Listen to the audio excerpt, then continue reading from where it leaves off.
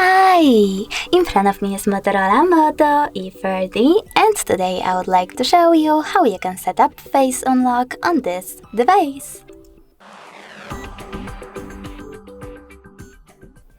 Firstly, open Settings. Now you need to choose Security section after scrolling down and clicking on Face Unlock. Then enter your current login method and click on Setup at the bottom right corner. Now read the disclaimer, choose Next at the bottom right corner as well, and keep your face in frame. After that, you need to select Done at the bottom and click on Home button. Now when I turn off my screen and then turn it back on, I can see that Face Unlock is working properly. Thanks so much for watching. If you enjoyed this video, don't forget to leave a like, comment and subscribe. Bye!